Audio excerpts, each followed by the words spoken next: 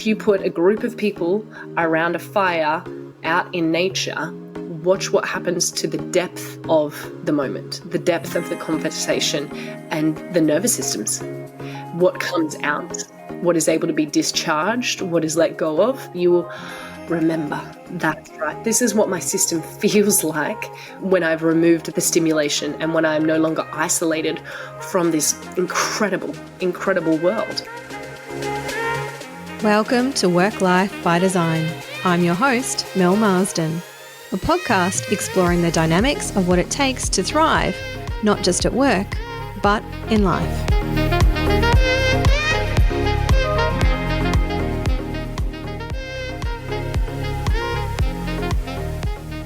As humans, we have existed in community since the beginning of time. Yet how we define and live in community in today's modern age is a far cry from what this looked like for our ancestors. One person whom I've personally learned a great deal from on the healing power of being in community is my mentor and friend, Amber Hawken. Amber has graced us here on the podcast on 2 previous occasions and was one of my very first guests, which was what also sparked our work together over the past 5 years. Amber facilitates deep remembering. Guided by her teachers, her lived experiences, and life's intelligence, she believes that within our bodies lies a great wisdom that the ancients have spoken since the beginning of time. She believes that our work is to tend to the distortions within ourselves, allowing this wisdom to flow effortlessly.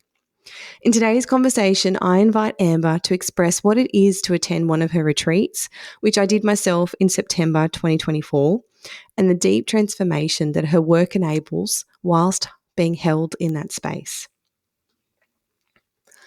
We also discuss ISOMA, the meditation practitioner training that I am presently participating in under the guidance of Amber and her fellow guide Kurt, where Amber speaks to the depth of learning that we are absorbing and the experience of being in this community. Amber's work centres deeply around rites of passage, ritual, and the power of living within and being part of community. The healing that comes from this work and how our modern ways of living have all but forgotten the transitionary milestones that mark our growth and the acknowledgement of these evolutions within our communities and the challenges that we are facing as a result. Starting her career as a radiation therapist, Amber wished to pursue a more preventative approach to supporting people and now has qualifications in deep state repatterning therapy, mindful-based cognitive behavioural therapy, somatic trauma therapy, pranayama within ancient traditions, sutras and kriyas of yoga, functional, therapeutic and performance breathwork, and meditation. She has been serving in community and healing with the elements for over 10 years, aligned with her teachers and her Celtic lineage. Amber deeply reveres our natural ability to self-heal and spiritually actualize. For over a decade, she has facilitated thousands through personal healing, spiritual reconnection, and grounding the creative potential, co-creating with her groups to sense, dissolve, and realign anything that needs to move, holding community with firm love.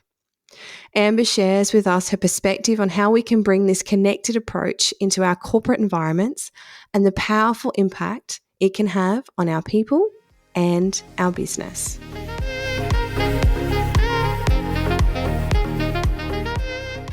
Okay, so I am joined by the lovely Amber Hawken here today. Thank you so much for joining me, Amber. Pleasure, Melzy. Thank you for having me.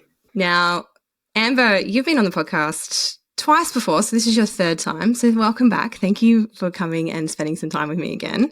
And you and I have had the opportunity to work together for a number of years. You were actually like one of the very first guests here on my podcast. And if you go back and listen to that episode, I really had absolutely no understanding of what it is that you do or trying to connect the pieces. And I think over the years, I have learnt more and more and I'm getting there. And there's still some things that you say and it takes me a few years to kind of get it and it resonates. And then I think what happens to me is there's knowing it and there's hearing it, but then there's actually embodying it.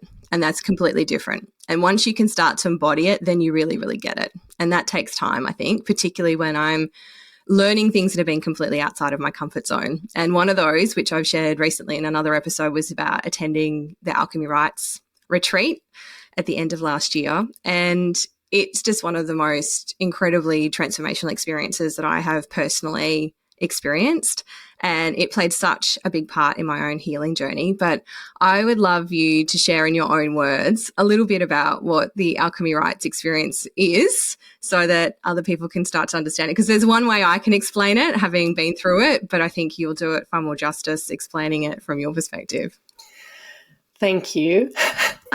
I will do my best to do that. It's actually one of the things I do find most challenging still because it's so objective. It's such an objective view. And you're right. It's when you have experienced it that you can probably have more language for it. So I can share the umbrella and some of the blueprint of it. But I want to caveat and say that it really is such an individual experience because everyone's point of entry is different. Everyone's orientation when they hear of it or are called to it is so different depending on age, gender, because we have the men's and the women's, or binary, non-binary, because we've had the mixed and the kinship one. But if we just go down to the core of it, rites work or rites of passage work represents a transition from one place, and I'm going to say place, within our own world to the next, whether that's marriage, becoming a parent. In some cultural traditions, it's losing your teeth. That's a rite of passage. It's putting your feet on the ground for the first time. In some Indigenous cultures, children do not touch their feet to the ground until they've had teeth, come out because of various beliefs. And in the West, due to a number of reasons, one of them being invasion, colonization, modernity, civilizations being established that aren't in connection with or a really deep relationship with nature, spirit ancestors, like those that have passed, or the animate, if you don't want to use the word spirit, just think of the same very intelligence that helps a baby, become an embryo in the womb when the sperm eats the egg. So it's that intelligence, that aliveness, that essence. A lot of Indigenous cultures, including all of us, you and I, all of our ancestors were once Indigenous. When colonization happens, usually there's a fracture in those relationships to nature. There's a fracture in the relationship to community, fracture in the relationship to this greater thing that as soon as we name, we lose. That which makes everything alive and come to life. And what this means is that we lose contact with a cyclical way of being. We create summer all year round or whatever temperature we want to. We temperature control, we light control, we light pollute, we air pollute as a result. And that disconnection from cycles means that we don't notice transitions between right now, we're at the equinox where we're going into autumn. And we are disconnected from those transitions in nature because of these fractures that I'm speaking to, and therefore we often disconnect from these transitions in our life. For women, when we have our first bleed, that's a huge transition as a woman. It's so significant on a biological level, a physiological level, a spiritual level, an emotional, hormonal level, and usually a community level like society. The role changes, the relationship changes, the self-relationship changes. And that's in most cultures.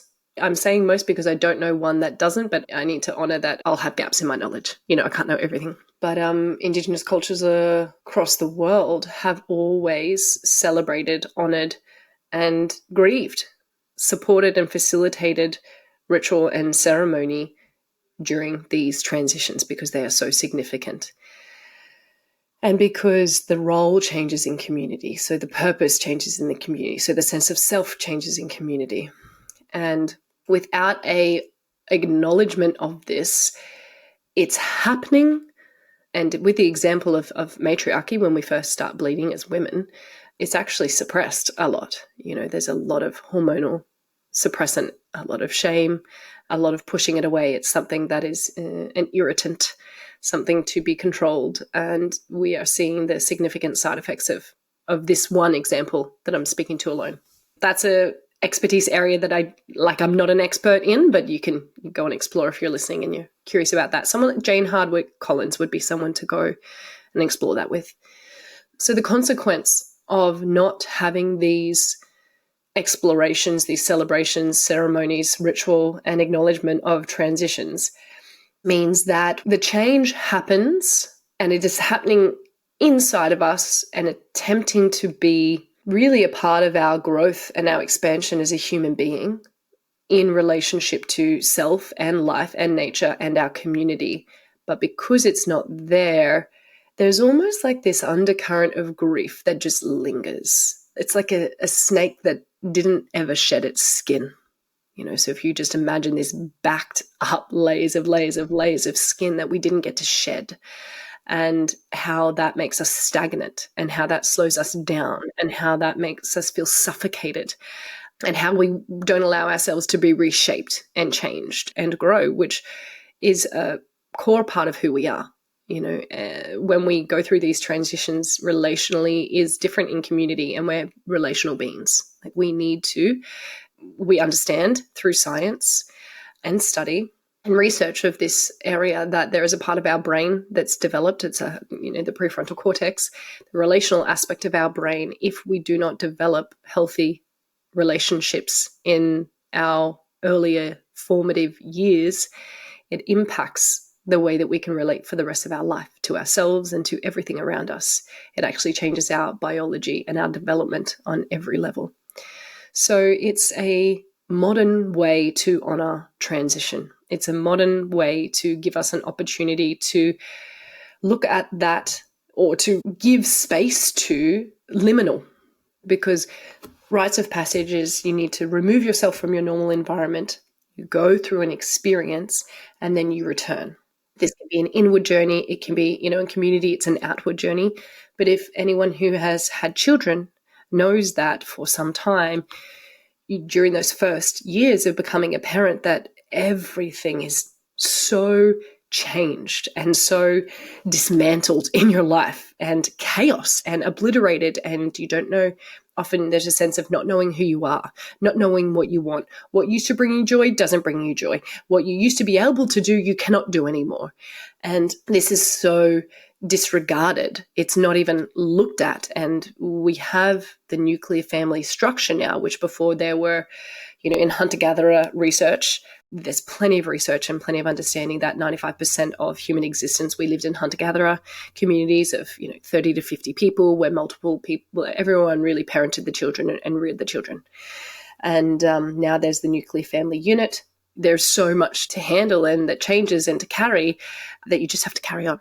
There's no pausing to honor that this is happening. There's no grief. There's no community support about it. And my career is essentially holding space for that acknowledgement to come through, which is fucking ugly and full of rage and pain and then beauty on the other side as well. And it's a really essential part of our nature to honor these transitions, to honor these rites.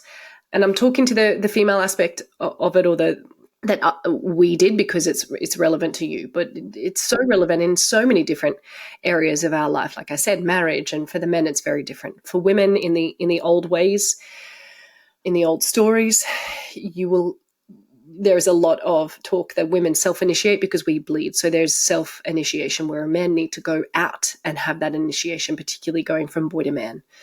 And we see the significant cultural implications and negative ripple effect through our families and through our societies and through our world globally when men don't have this opportunity to go and self-initiate or be initiated by community and be acknowledged by other men.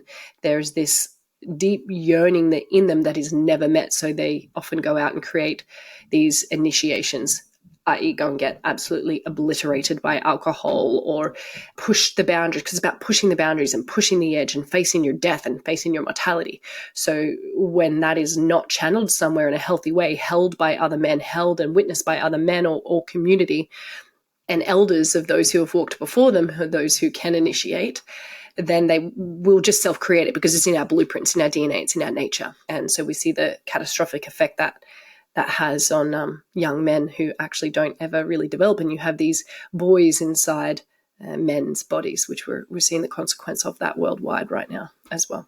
It's such deep work. And I know that with each retreat that you guys run, and there's a team of you that run this and you bring a very mixed skill set to these, they're very much responsive to the people that are attending. Like they're not this is the routine and here's the agenda and this is what we run. Like I know how responsive and reflective it is of the people that are coming and where they're at in their lives, what they're facing at that present time, and as a collective group, what they actually need. And I really like that analogy that you used of the snake, because that idea of being held and constricted and bound by these layers and layers and layers of things that you haven't been able to shed over time.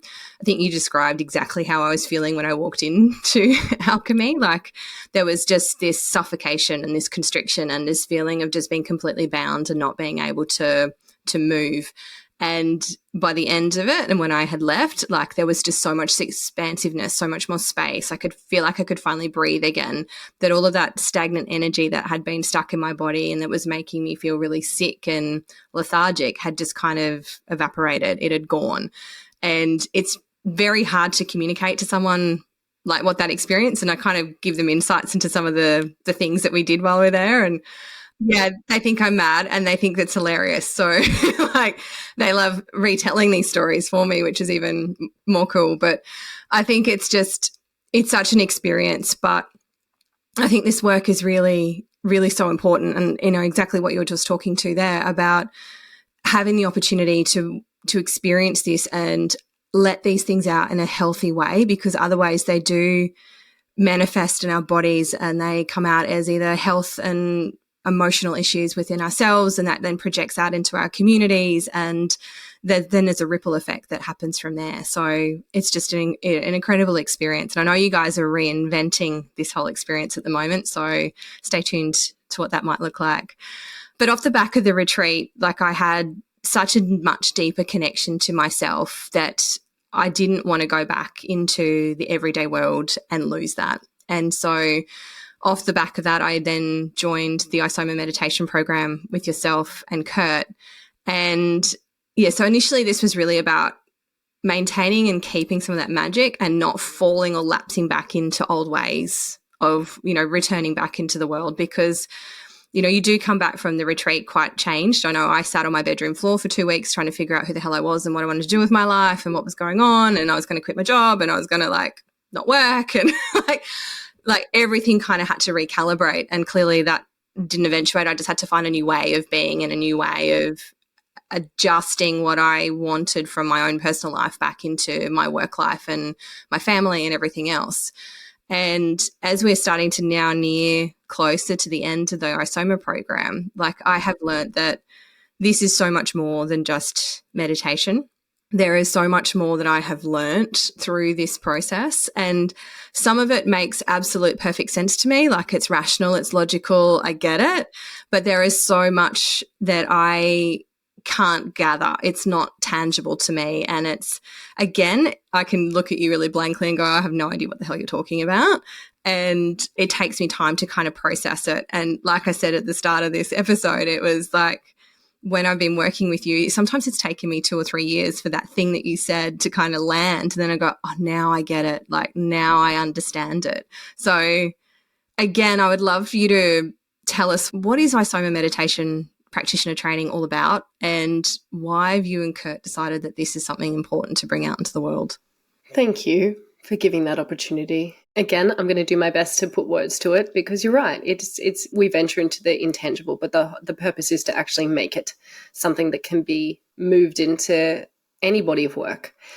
And one of our guest speakers, who's a dear friend of mine, Michael Gay, who's the head of the Gestalt Institute in the Rockies in Colorado, I was talking to him just yesterday about this and the development of ISOMA and this round that we did here. He was asking how it was going, because we're talking about the next round. And I said, it really, to the core of it, if you're hearing the word meditation, think of less of something that you do to get an outcome and more of the way that you engage with your work and engage with the people that you're supporting, or engage in life in general and engage in yourself. And there's a term called contact that was coined by Martin Buber in the 60s, I believe. He's a philosopher. He was a therapist. And this term he describes as being in contact with someone has the essence of direct, honest, intense, ineffable, and intimate. So it's a moment. It's a that's the way that it's described, contact. And so it's physical, energetic, spiritual, and emotional presence. So it's those, I call it like the 4 different bodies. You can still have your intellect and everything you know. You can have your blueprints, your knowledge, your research, your science. I studied medicine. I appreciate that aspect. I get it. But moving only through the mind and moving only through the intellect is just so limiting when we have so much more intelligence moving through us. We have so much more wisdom available to be able to support people. And back to the fracture in relationship with this animate and these other aspects of intelligence that are within us, which science are catching up. They're understanding that the heart and the gut have its own brain. And so soma, the intelligence of soma, intelligence of the body, the wisdom of the body, and meditation in this state of deep presence is a remembering, I would say, of the way in which we can facilitate learning, change, healing, leadership, holding of community, parenting, friendship, self-relationship that is repairing, that's incredibly nourishing, and establishes a healthy relationship between, if we put it in practitioner-client for a moment, of power. So for a very long time, particularly in the therapeutic aspect or the psychology aspect or even the healing aspect, the healing arts, there is this, whether it's conscious or unconscious, dynamic of power that one has, that the practitioner or the therapist or the teacher holds the wisdom. Whereas this way of working, it is not like that. It is an acknowledgement that the person that you are working with has their own wisdom, has their own intelligence, and that there is also a more alive, animate force that we can allow ourselves to be influenced by safely, because protection is important, to bring into that facilitation or that leadership or that parenting, whatever dynamic it is, and allow it to be something that unfolds through the way that you are as a practitioner, as opposed to what you are doing. Your skill sets are exponentially amplified and more accurate with this quality of embodied presence, with this quality of contact. Another one of the qualities of contact is that you allow yourself to be influenced and you influence. So it's a two-way movement.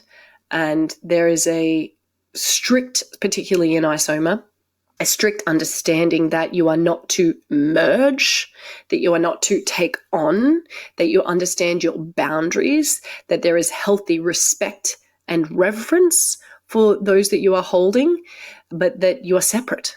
So you're not merging, there's no transference, there's no projection, there is an essential quality of self-responsibility as a practitioner to not think yourself in the position of the healer or the powerful one or the all-knowing one, but also to know where your boundaries are, because so many people in our world do not have an awareness of where their boundary is and where it begins and where it ends, and then therefore how to allow it to be an empowering relationship and an empowering experience for that person that you are with. So it's a really more about how you are. And this is back to my conversation with Michael of saying, like, what I've loved the most is seeing that towards the end of it, as we're doing the live sessions, that you, as a part of the group, you are understanding really that It's not so much the steps, it's not so much the cycle, it's not so much the information. Like that stuff, it matters. It's there. The frameworks are there for that aspect of our brain, to kind of relax. But it's actually how you are. It's the quality of your presence and how you're holding yourself, which requires you to work with your capacity to be that present with yourself and be that aware and self-aware of the subtleness of what's going on inside of you, and all of those emotional, spiritual, physical, energetic layers, to be able to invite someone into that place of depth, because it's that orientation from that place that it really, really invites deep change. Yeah. That's a really good summary, I think, because from the conversations I've had with people, I say I'm doing my meditation practice, and they're like, oh, what kind of meditation practitioner training? I'm like, I don't know, what are the different types? Like, I do these things. And I think what I have realized is, again, like this has been almost a 6-month journey through this process. And to what you're saying there, it really is about knowing yourself, understanding your own boundaries, understanding, your own emotions, how those feelings and sensations are arising in your body. Because until you have that really clear connection and depth of, understanding of yourself, it's very difficult for you to hold capacity for somebody else or to be with them in their emotional state, depending on where they're at, and to be that regulator for them because you're in yourself unregulated. So even before you are supporting someone else or sitting in meditation or a coaching session or any type of other environment with somebody else, the work that you have done to build that stability within yourself, that has been probably the most beneficial thing that I have gotten from this work. It has absolutely enabled me to take that intention from joining the program and to bring that back into my everyday life. And it has expanded that intention exponentially to be able to do something like that. So if somebody asks me what type of meditation I do, I sit here and I listen, I can listen to music and I'm very quiet and I quiet my mind and I sit with myself. Like that is what I do. It's not transcendental or any of these other types of modalities, but I think it is a way of being. And if anyone ever gets the opportunity to meet Kurt is like this walking meditation constantly. He is like the Zen master. Like he is just chilled all the time. And I think that is just the true embodiment of this work. It's just that he's so centered and so stable within himself. He's so clear within. There's so much clarity inside of him. Yeah. Because he can still access fire. He can still access all of those different aspects, but upon his call. Yeah, it's not an emotional reaction. It's a chosen reaction. Yeah. And he still allows himself to be activated, but he knows he really has absolute conscious choice of how to work with that and be with that. Yeah. It's aspirational. And it's nice having someone like that to go, oh, this is a possibility. Like this is where we could go with this. So it's been an incredible journey and something that I've really, really enjoyed. And it's something that I think has actually really helped me just generally, but also back into my work as well. So I want to loop back a little bit to the ancestral rites of passage that you spoke about, because a lot of the work that I do is in that space of building community. It's a core foundation principle in the work that I do. Within that, I talk about rites of passage within in a corporate context, because if we think about rites of passage within a corporate context, it's about, well, I need to do these things and gain these skills in order to transcend to that next level. Like for me to be promoted, I have to be able to do these things. We talk about routine and ritual in terms of the way that we celebrate, the way that we meet, like what are those patterns of behavior that we see within our organization to bring us together. And I think there's some contextual overlaps here, but I'd like to sort of understand from your perspective, how do you sort of see those things, or where do you think there's an opportunity to really expand that thinking into more of a corporate or a workplace environment for those that are listening into this conversation? Because it's there historically, like we've done that, And the work that you're doing is in these sorts of the fringes of that. But where can we bring this back into something that I think is a bit more mainstream? Because I think there's an absolute opportunity to do that there and to really embed these sorts of ways of being into our organizations and the way that we operate. Yeah, I agree. And I'm grateful that you're thinking in that way and moving in that way and that you're doing what you're doing. It's so needed. The first thing that I would, just from this point of view, recommend is establishing community, which you do. It's the core of what you do, but really, so I've worked in corporate before. I've been invited into that corporate place. I've worked in schools. I've worked in really a lot of high-end private schools. So I'm speaking from having been in the inside. I've always worked in the hospital system as well. And a lot of the events that I've been invited to or was a part of when I was in those systems were organized almost as a tick box. Okay, we've done the community thing, or we have done the morning tea, or we have done the social thing, and, cool. But really the person at the center of that, or I would more so recommend people, not just one person, it needs to be something inside of them that they really understand. So of yourself, you get the essential part of it. And you don't have to have done a course or something like that. It just actually has to be a part of you that really appreciates and feels in your marrow what community can give back to the organization, or the organization of community, and the prioritization of that. Because if I think back to some of my training with my teachers, one of them being Peter Levine, the founder of Somatic Experiencing, he's a psychologist. He's been doing this work for 40 years or more.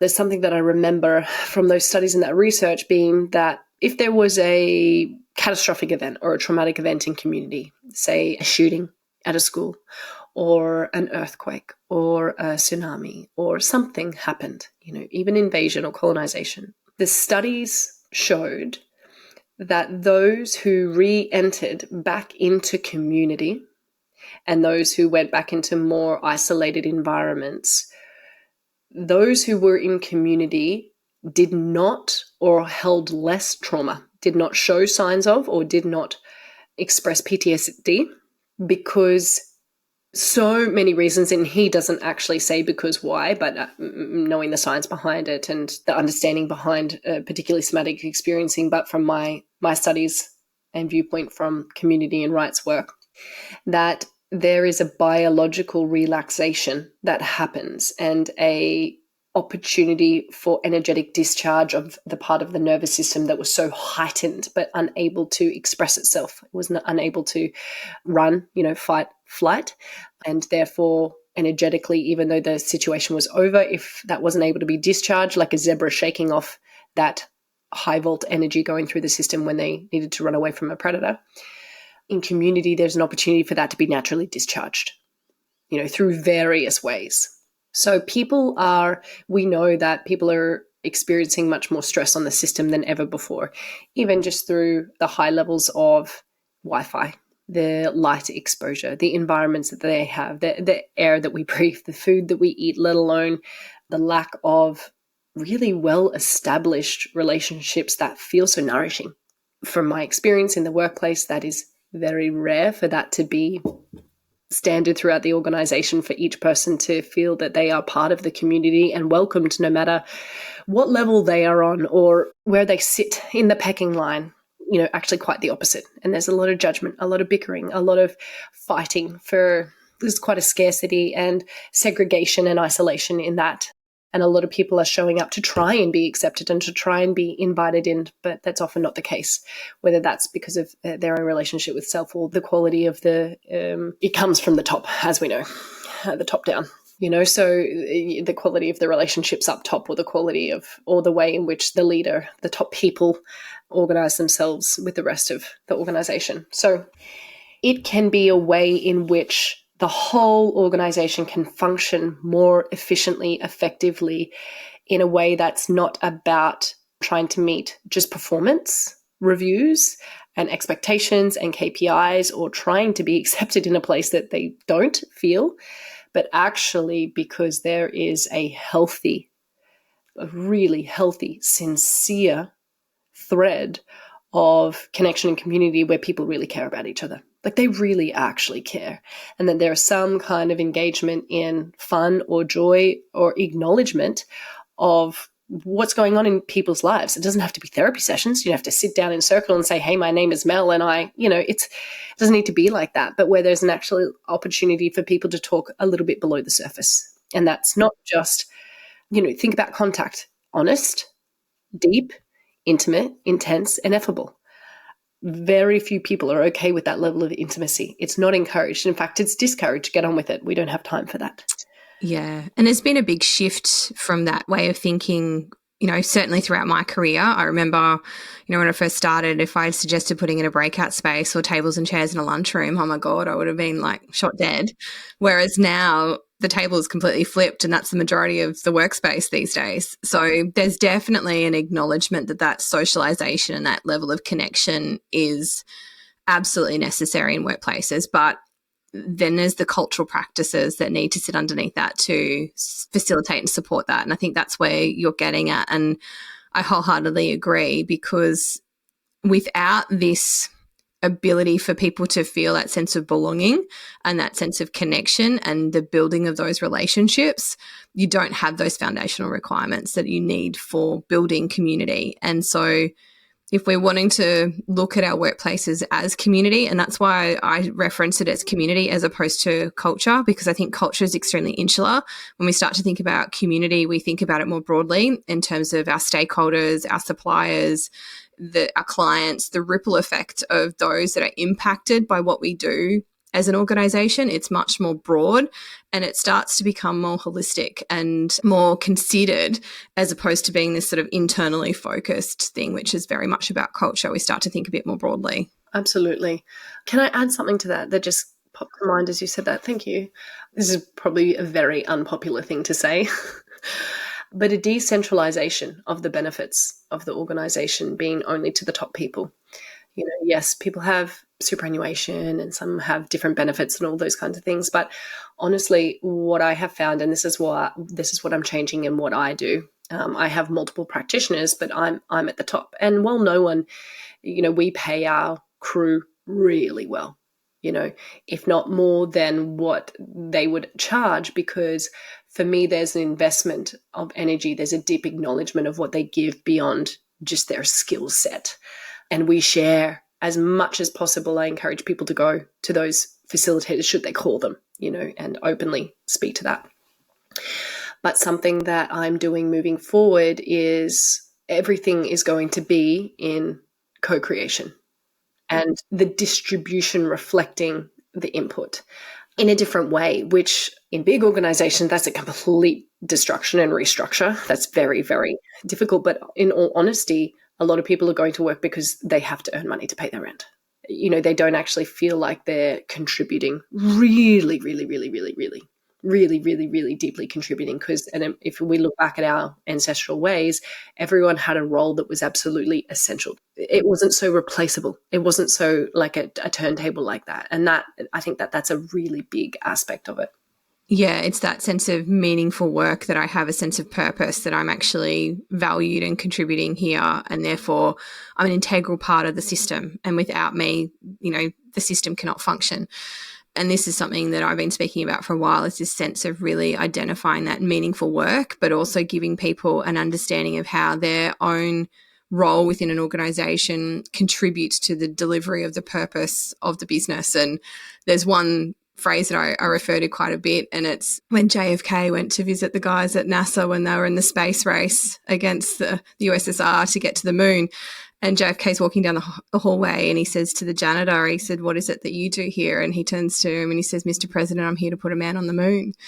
And so even the janitor could see the important role and that meaningful work that he was contributing to the functioning of that, to make sure that everybody could do their jobs to get that man on the moon in that space race. So that's that sense of commitment and meaningful work, and that's where discretionary effort steps in, and everybody goes that little bit further because they feel that sense of that need and that contribution. Yeah. And the reciprocity being more of a reflection of that contribution is important, and also the well-being.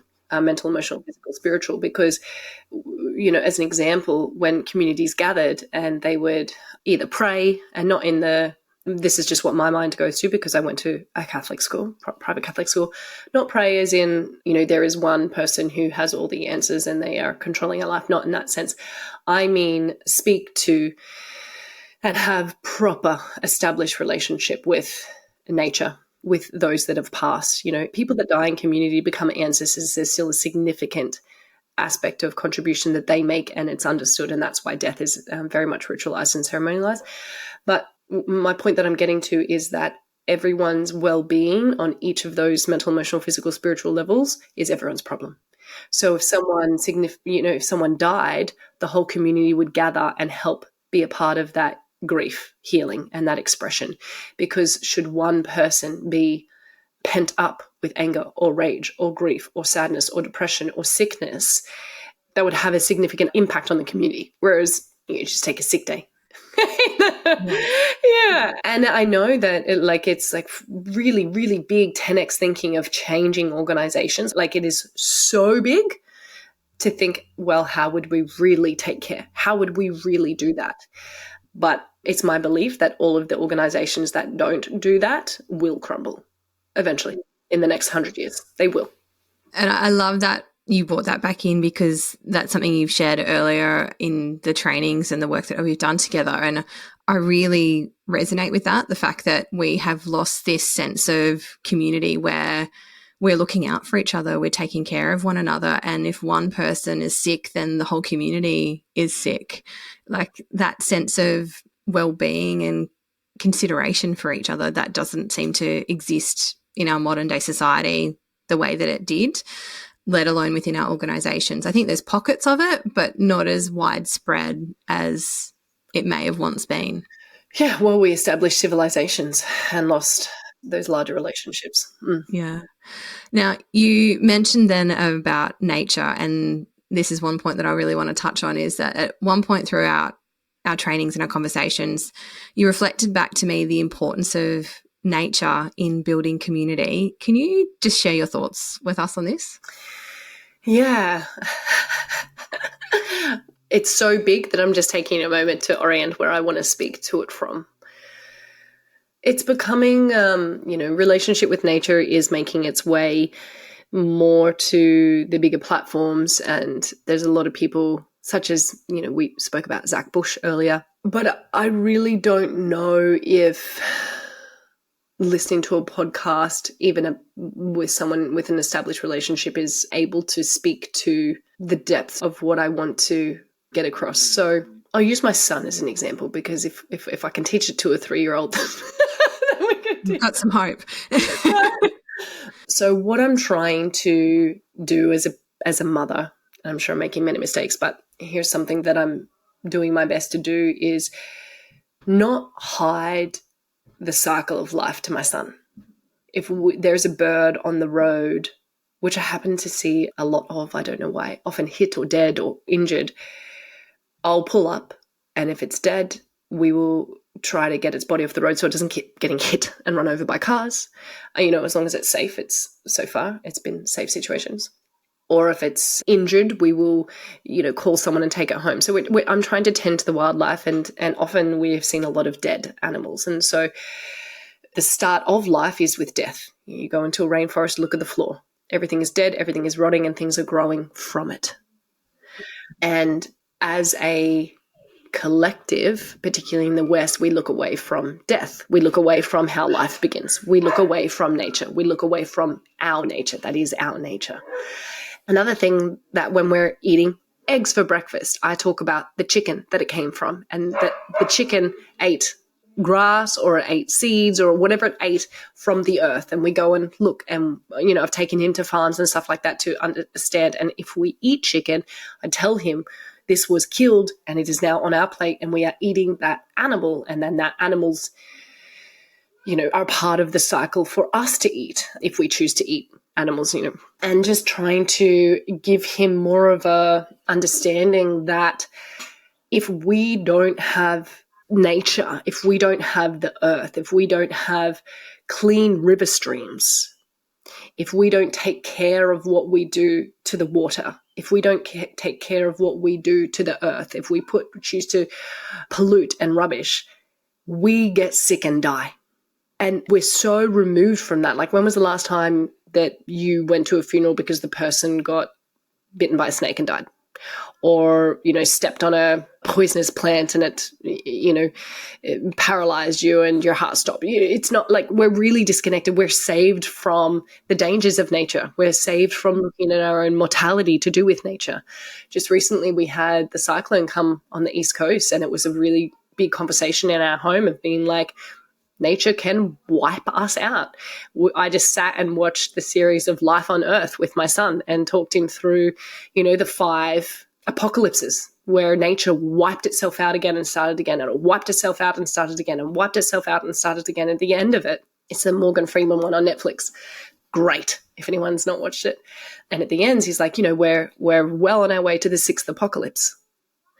But that we're creating, that we're aware we're creating and aware of how to fix, but where so many of us are not, because it's hidden, it's out of sight, because we can change temperature, lighting, everything. We can have what we want very immediately and easily accessible in the West often. And we're very far removed, even right now. I hope this is okay to speak to, but right now, Israel, they were meant to stop killing the Palestinians. And 3 days ago, they started back up again.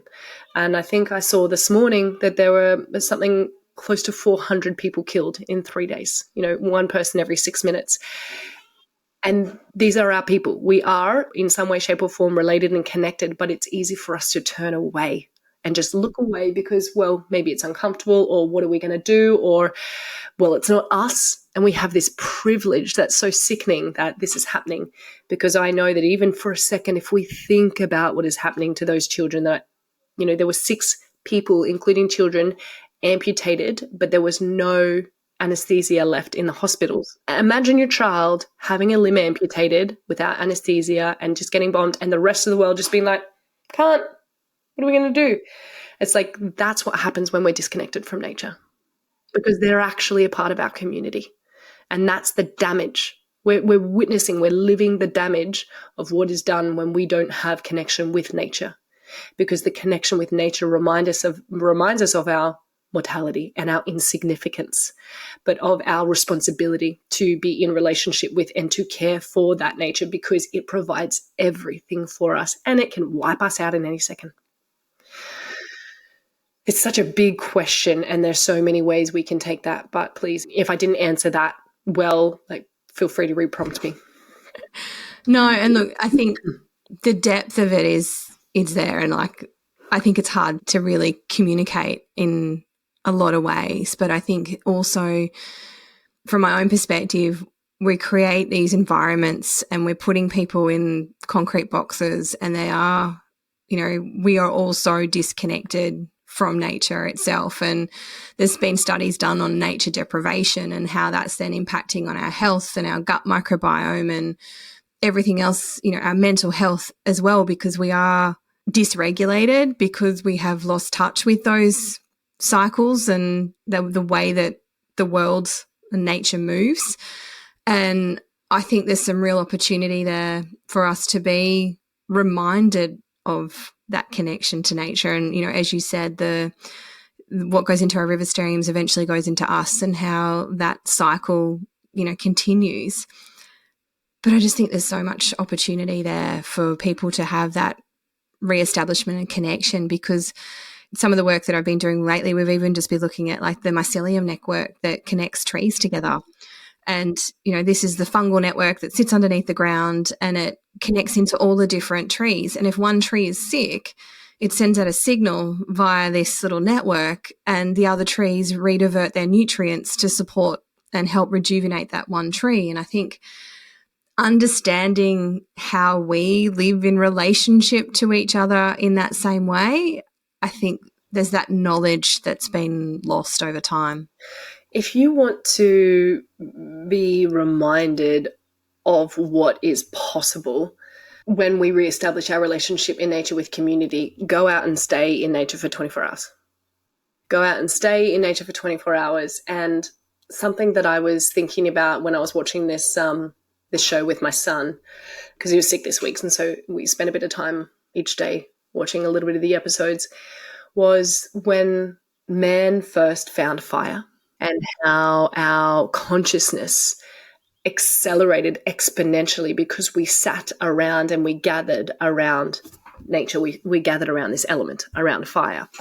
And that literally since then, if you put a group of people around a fire out in nature, watch what happens to the depth of the moment, the depth of the conversation, and the nervous systems. What comes out, what is able to be discharged, what is let go of, the stories that are told, which in that connection, because of the way that we are wired to be relational beings, how profoundly healing and repairing that is, just to be around a fire. That done for a few hours has a profound effect. A few hours. Taking communities into nature, even for a few hours in that way, you will feel. You don't have to think about it. You will remember. That's right. This is what my system feels like when I've removed the stimulation and when I'm no longer isolated from this incredible world that we have around us. Like, we've moved now, we're not across from the beach anymore, but I have a mountain behind me, and I look at the back and I'm in awe. I get, like, what? It is so big, and all these different trees and all the birds. Like, I'm so immersed, and it is such a different experience than we used to live in a canal of looking at someone's backyard. Oh my God, how did I do that for 4 years? So it's really like we feel it and we know it. Something we feel and know, and there's something really, really profound and special about taking people into the it doesn't even have to be wilderness, but into nature. Yeah, no, I completely agree. And I think as corporate organizations, having that opportunity to do that as a team, and the depth of relationship that will be built, and the community that comes from that, I think there's some incredible opportunities in doing that. And that kind of brings me back around to, we've kind of touched on already, but where do you think organizations could really start as a first stepping stone in strengthening that connection to community in their own workplace? Like, if you gave them one piece of advice, and with the organizations that you've already been working with, what would be that one thing that you think that would really start to, move the needle in the right direction? It has to start from the top. So whether or not the bigger groups put forward to the top to say we can't move forward unless this is a part of how we work as an organization, or whether the person listening realizes, yeah, it'll, and I know that from working in the corporate, it's the way to sell the course or the thing is like, yeah, it's going to move your bottom dollar 100%. And you're going to look great on, because you're going to be doing all these things for your community. But seriously, it will change the way that you experience life itself in the impact of your organization and the contribution. But the relationship of the person who makes the decisions at the top with themselves and with their leadership teams needs to then be filtered right down through everyone, so that there is a rebalance of that. But honestly, if that's not available, the thing that came to mind was establishing a routine. Because if that's not there yet, if they're not there yet, then establishing a routine and ritual of coherence, practice, and relationship to the breath. Like when you arrive, when you break, and before you leave, because that will create enough shift inside to then understand the shift that's possible when the whole thing changes to a more coherent, harmonious state. Yeah. And for those that aren't familiar with coherence, that's regulated breath. So even rhythmic breathing. Do you just want to explain what that does to us physiologically and why that's actually really important? Because it's not just some woo-woo thing, it's scientific. Would be my pleasure. Most of the woo-woo thing is only proven by science later, proceeded with science. But the coherence breath is through the nose, and it's using the diaphragm. So the diaphragm is that big muscle, in the middle of your abdomen that moves up and down and expands. So most people breathe through the top of the chest. So you want to breathe through the nose as slow and smooth as possible, because that activates that muscle and it makes it work. And so when you breathe evenly and rhythmically, and by evenly I mean you can start with 4 counts in, and then 4 counts out through the nose. So you inhale for 4 and then you exhale for 4. That smooth, even, rhythmic breath for, I think it's 9 minutes. I need to scrub up on that, but it will completely reset the system as far as hormonal balance. And it will take you from a state of stress and activation into a state of coherence and calm and steadiness. So you'll become centered again. So it changes your psychology, your emotional state, and your capacity to be able to focus. And it's a resilience builder and it's a regulator. In general, if you can establish the communication to your body that this is the state we operate from, as opposed to this is where we go to because we're so fucking overwhelmed, but this is the state we operate from, just by doing 2 minutes of that 5 times a day for 3 weeks, your system will begin to go there in your day-to-day operation life. And you will notice just when that, you want your heartbeat, your breath count to be about 6 to 8 breaths per minute, because it's higher than that, then you're going into a cortisol stress state. So your heart rate variability, which we want it to be nice and long and high and smooth, will change. So the Heart Math Institute is where I studied this. The heart rate variability will increase, which maximizes your energetic capacity throughout your day. It also enhances your quality of sleep, which energizes you for the next day, and so on and so forth. Yeah. Your ability to deal with stress and think more clearly makes a big difference. And Amber, you're actually joining us at the Exhale retreat that's coming up in October, and you're going to be taking us through a breathwork session, which is going to be a little bit more intensive than cohesive breathing, but it's an incredible experience to just, again, to start to shift some of that really stagnant energy that gets stuck in your body and to shed some of that skin that's constricting and binding you. But I'm really excited and looking forward to that experience in October. Yeah, me too. Thank you so much for the invitation. My pleasure. Is there anything else that you would like to share with our listeners today before we wrap up? I just want to encourage you to follow that pull if you're curious to what happens to you if you're really kind to each other in the places that you work at. If you actually pause and someone's sharing something with you, pause and listen, not because you want them to feel better, because deep down we then want to feel better, but because you actually are showing deep care. And just notice the difference that it makes in your day as you move through with a sincerity of care for each other. Yeah, absolutely agree. That presence and contact makes a massive difference. Thank you so much for joining us today, and thank you so much for the conversation that we've had, for sharing so much of your knowledge. It's been incredible to have you in my life for the last 5 years, and I really enjoy the opportunity to be able to share everything about you with so many more people through you being here today on the podcast. So thank you so much for doing that for me. I'm so honoured. Thank you for having me for half a decade. It's been fabulous. Thank you.